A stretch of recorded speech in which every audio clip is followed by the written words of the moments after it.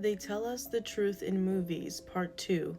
With the Joker, this character actually, after he played his role, he actually became crazy and unalived, right? Unalived himself. The life lessons to this is do not play the fool, or you will become a fool. So, do not play the role if you are not the role. And that there's magicians, there's these tricksters out there deceiving you. They're trying to play a joke on you. The foolish brides, they're the one fooling people. It says, do not be fooled by those who excuse these sins, for the anger of God will fall on all who disobey him. All, not some. And I emphasize all, not some, because some Christians believe that we can be fooled and our sin is excused, and the wrath of God will only fall on those who are in disbelief, not those who are disobedient. Because they're listening to the con, the trick, the liars. Here's the word trick. Do not let anyone trick you with foolish talk. God punishes everyone who disobeys him and says foolish things. Because when you pretend to be a Christian but you're not, you're actually mocking God. You're a mocktail. You're laughing at God, and God will in turn laugh at you. It says here, I will mock when calamity overtakes you. When calamity overtakes you like a storm, when disaster sweeps over you like a whirlwind, when distress and trouble overwhelm you, then you will call out to me, but I will not answer. And they will look for me, but they will not find me. Since you hated knowledge, they hated the full truth of the gospel, that once you believe, you also should live as free people, but do not use your freedom as a cover up for evil. And that's what many are doing. They're like playing a clown, they're playing a role. It's a disguise. They're trying to cover up this freedom that God gives you when you become free, who the Son sets free is free indeed, but they're using that freedom as a cover up for their evil. God says to live as God's slaves, and did not choose to fear the Lord. Now, who is not fearing the Lord? Oh no, I'm once saved, always saved. They have no holy reverence. They have no fear of the Lord, because a lot and not all think that if they're saved, then they can go on sinning, and it's not a license to sin. They'll go back and forth. It's not a license to sin, but their life says otherwise. See, these people honor me with their lips, but their hearts are far from me. They worship me in vain. Their teachings are mere human rules. They worship him only for what they can get out of it. Free grace. They say they love him. They profess that they honor him with their lips, but their hearts are far from him. And if this helps you, sometimes you have to play the fool of the role of a fool to fool those that think they're fooling you. I don't know if that makes sense to you, but this was a very wow for me, and I needed to hear it like 8 years ago. And I actually saw it 8 years ago, and it changed my mind about everything. Because people will think that you're crazy for like literally talking truth, and you just have to be like, just laugh it off. Don't let them entice you and suck you down into their sin. Don't let them weigh you down by provoking you into anger. If they want to accuse you of being the fool, let them think that. God knows the truth. You know the truth. And everything that they're accusing you of, they're guilty of. And deep down, they're just talking in circles to get you to fall with them, to frustrate you to anger, and to use that against you. And once you get angry because they're provoking you, then they'll play the victim and then use forgiveness as a cover-up, that God has to forgive you. You have to forgive them by letting me continue to abuse you. And if you don't forgive, then God won't forgive you. And then they'll say, no, you're actually the one abusing them and the one provoking them.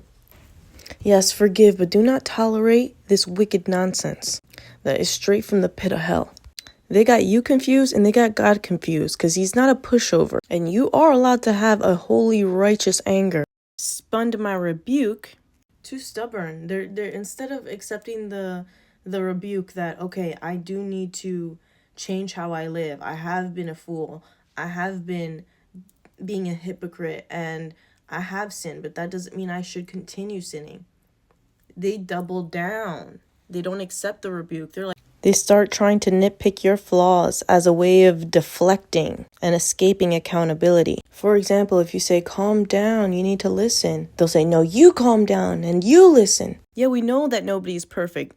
We're not saying that because we live in obedience that everyone has always been perfect, or that we're saying that we're perfect. We're saying that now that we have knowledge that we can overcome sin, we have not been perfect in the past, but saying that God forgives my past, present, and future, you're leaving room to sin in the future. Don't leave room for sin, because you're going to fall right into it. If you're leaving room for sin, the enemy is going to open that crack and be like, yeah, it's going to be easy for him to walk right in. Close that door. Say, no, I rebuke you, Satan. They will eat the fruit of their ways and be filled with the fruit of their schemes. You see, the conniving lie that you can just get away with anything and still make it into heaven. You're just going to lose your rewards. For the waywardness of the simple will unalive them. You see, God doesn't like that simpleness. A simpleton.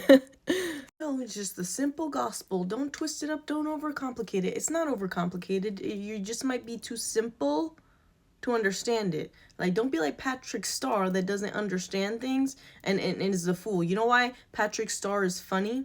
Because he actually thinks he's clever, but he's the joke. The demons are laughing at you. They got people so dumbed down, thinking that holiness and righteousness is the hypocrites, and people practicing lawlessness are the ones that are going to be exalted before those who are practicing righteousness. And God is just going to be on their side of practicing lawlessness. No. And the complacency of fools will destroy them. So God is telling you right there, complacently sitting on your seat of once saved, always saved is complacency to, no, I don't have to do works to get into heaven. You see, if you do works, then, you're falling into this works-based salvation, and it's not by our righteousness that we're saved. That's complacency talking. But whoever listens to me will live in safety. Now, who are those who are truly safe? Those who listen to him. And it says in the word that my true sheep, they follow me. They can hear my voice. They listen to me. But staying in your disobedience drowns out the voice of God.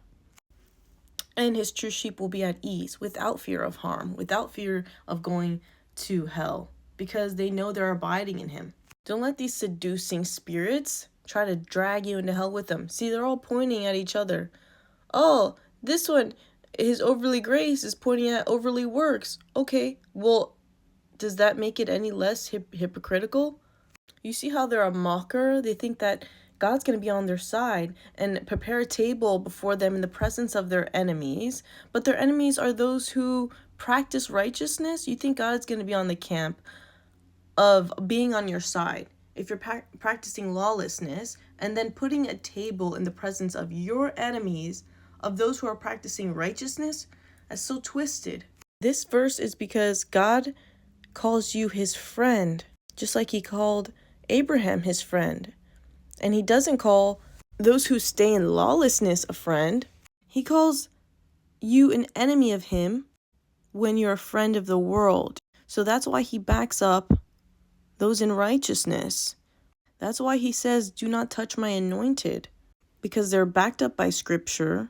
They're just showing you the scripture and showing it you correctly. So that's why Redemption Day is redemption for the righteous ones.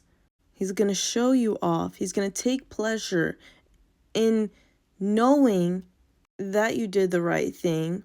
We may not see the reaping and sowing part right now on earth, but that's why Redemption Day is so great. That's why it's called a great and terrible day, because it's great for those that were in righteousness. It's going to be terrible for those who were in unrighteousness and in practicing lawlessness. If you ever watch Criminal Minds, you know how it's so satisfying when they finally catch the evil person and justice is made.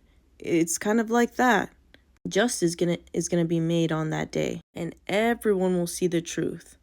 No more lies, no more deception. All the evil, seducing spirits that were at the pulpit will be exposed, and they're going to be left behind in the rapture, and people are going to be like, weren't you a pastor? Why are so many Christians left behind? And they're either going to deny that the rapture happened and be part of the deception that it wasn't the rapture, or they're going to either have to tell you, because I believed in doctrines of devils and thinking that I can practice lawlessness and still be saved. That's why I was left behind. And then that will be embarrassing. If they actually want to help people, they will say the truth.